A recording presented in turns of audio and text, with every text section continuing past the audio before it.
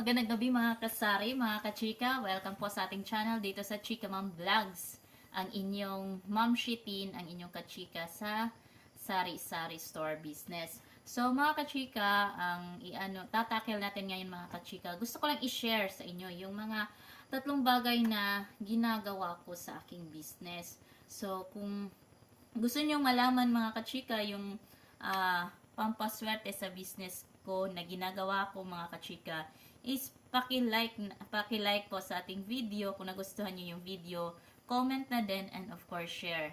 And then don't forget to subscribe para updated kayo sa aking mga bagong upload na video. So ngayon mga kachika, pag-uusapan natin yung mga bagay na pampaswerte. So before ang lahat, iano ko lang sa inyo na talagang this start last week yata, or ngayong paparating na mga yung ngayong previous na mga natin weekend is medyo okay yung business natin, talagang kumikita tayo mga kachika. And of course, dahil yan sa mga ginagawa ko. So gusto kong i-share sa inyo, baka ito ay makatulong din sa inyo mga kachika. So meron akong ginagawa na masasabi kong swerte. Ito ay ginagawa talaga ng mga business owner siguro sa iba, pero sa akin ginagawa ko talaga to. Ito yung tinatawag ko na tatlong bagay sa nagpapaswerte sa akin. So ano ba yung una? So pag-uusapan natin yan mga kachika. Yung una is of course yung prayer. So yan ang magic sa atin lahat. Kapag magdasal ka lang, hihingi ka lang sa Panginoon. Yan ang ginagawa ko. Kung ano man yung mga bagay na gusto kong hilingin sa Panginoon, sinasabi ko talaga siya silent. Diyan sa puso ko, sa isip ko. Ayan. Sinasabi ko yan, nagpe-pray ako. Kinakausap ko yung sarili ko sa isip ko. Yan, kinakausap ko si God. Si God silent. So, yan ang ginagawa ko. Prayer is the key talaga mga kachika. Kasi when you ask God, talagang bibigyan ka talaga ng opportunity. And of course, yan talaga ang gusto natin. So, yan ang unang ginagawa ko bago tayo magbukas. And then, before tayo mag-close, kailangan andyan talaga yung prayer. Kasi isa yan ang nagbibigay ng blessing sa atin. So, si God ang nagbi-bless sa atin. So, yan ang una nating pampaswerte, prayer. So, siguro sa lahat naman talaga, lahat ng bagay, talagang isa lang ang ating tinatawag. Yan ay si Papa God. So, yan ang ginagawa ko. Isa sa mga talagang siniswerte ako. Kasi lahat ng bagay, talagang ina-ask ko kay God. So, like example, about sa pagpa-family, about sa business, lahat ng mga bagay, pinagkaloob talaga. Basta mag-ask ka lang kay God. So, second, mga kachika, is actually ito, wala pa akong commitment talaga nito. Pero gusto kong i-share kasi may mga business owners akong mga ako sa ibang mga business owners, like sa akong ate, sa iba din, mga kakilala ko, kung ano yung ginagawa nila. And then, of course, sa ibang mga tao na naririnig ko, like other testimony, na ko talaga mga kachika, na epektibo talaga ang ganitong pag ginawa mo to. So, kailangan mo talaga siya gawin. So, ito ay ang tithes. So, sa mga hindi nakakalam kung ano yung tithes, mga kachika, yan ay ang 10% na hiningi ni God sa atin. So, yung blessings, siya kasi ang nagbe-bless sa atin. So, ang hinihingi lang niya, sa 100%, 10% lang ang kanyang hiningi. So, yung 10% na yan, kailangan ibalik natin sa kanya. So, kung ano yung kita natin, kunyari, may kita tayo today. So, or, let's say, 1 month, yung income mo this month, mo lang siya, ililess mo yung, kunyari, gross total, less expenses, and then ililess mo yung 10% sa net total mo. Kasi yan ang, kumbaga, binalik natin sa kanya yung 10%. Kasi yung 10%, gagamitin din niya ni God sa kanyang mga tao na nagpipreach.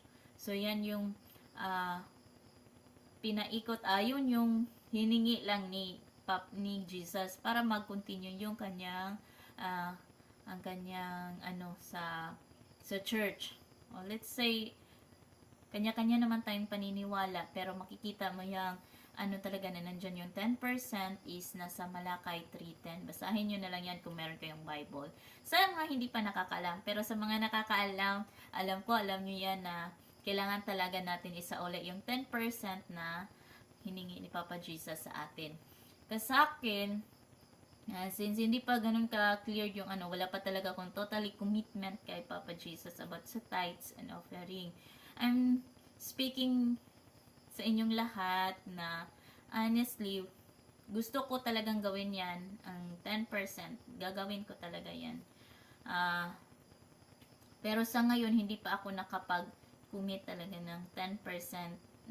Nagta-tithes ako, pero hindi talaga, kasi yung income ko, hindi ganun ka, yung parang hindi pa siya regular income, yung natin. Pero, ang 10%, kunyari, may income ako may, okay yung income, hindi naman kahit anong income talaga mga kachika, basta nakalagay dyan, isasauli mo lang yung 10%.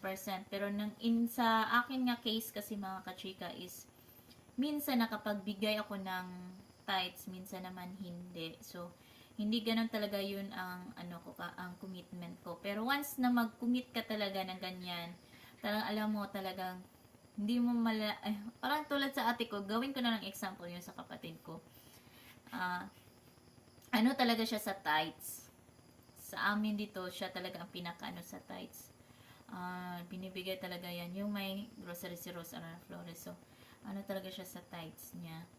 So, talagang makikita mo talaga na binibless ka din talaga pag kahit sa konting amount, hindi naman, basta kung ano lang yung income na ibibigay mo, isasauli lang natin yung 10%, yun lang ang hiningi. So, ang liit lang ang hiningi ni God. So, kung meron kang 1,000 na income, 100 lang yun sa kanya. So, ganun lang ang sa pangalawa nating kailangan gawin para swertihan tayo sa business, yung tithes. So, kailangan mo lang mag-commit. Yan. Sa mga hindi pa nakakaalam, pwede nyo siya mabasa sa Malakay 3:10. And then, third is yung kailangan natin ng sipag.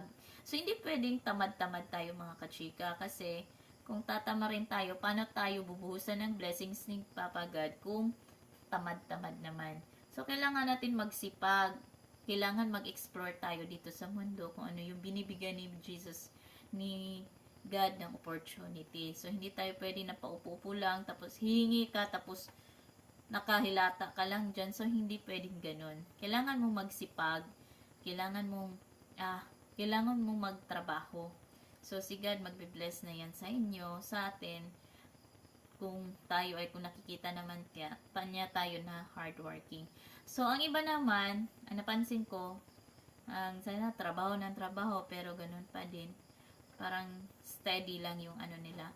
So, kailangan lang natin, ang iba kasi, based sa iba kong narinig na testimony, nung nagbibigay talaga sila ng 10% na tithes, talagang buhos ang nila, blessings.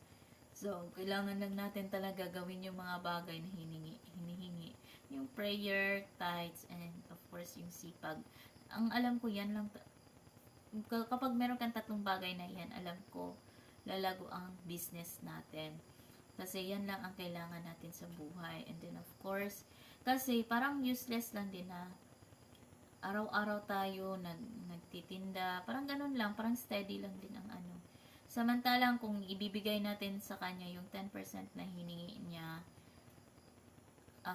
nakakatulong tayo sa na ma-spread yung sa gusto ni Papa God, yung mga namumuno or sa church para yung yung gospel of words of gospel, yung mga ganun na So, kailangan lang natin yan kasi kailangan lang natin i-motivate yung sarili natin na kailangan natin yung tatlo na yon. yung tatlong bagay. Kaya tayo siswertehin sa ating business. So, yan lang ang alam ko na, yan lang yung alam ko na ma-share ko sa inyo about sa pampaswerte. Kasi ang dami kong nalalaman na mga pampaswerte, marami akong alam. Yung mga pamahiin, mga kachika, yung typical na talagang ginagawa nila na yung tulad ng sa asin, saboy mo dyan sa ano, talagang inaano yan nila, talagang ginagawa namin yan before sa mga trabaho namin, lalo na yung kailangan namin ng sales, talagang tapos matumal. So, ganyan, ginaganyan namin yun ng asin, yung first na benta na papel, pinapaypay namin sa aming mga items. Yan yung mga ginagawa. Tapos, meron pa yung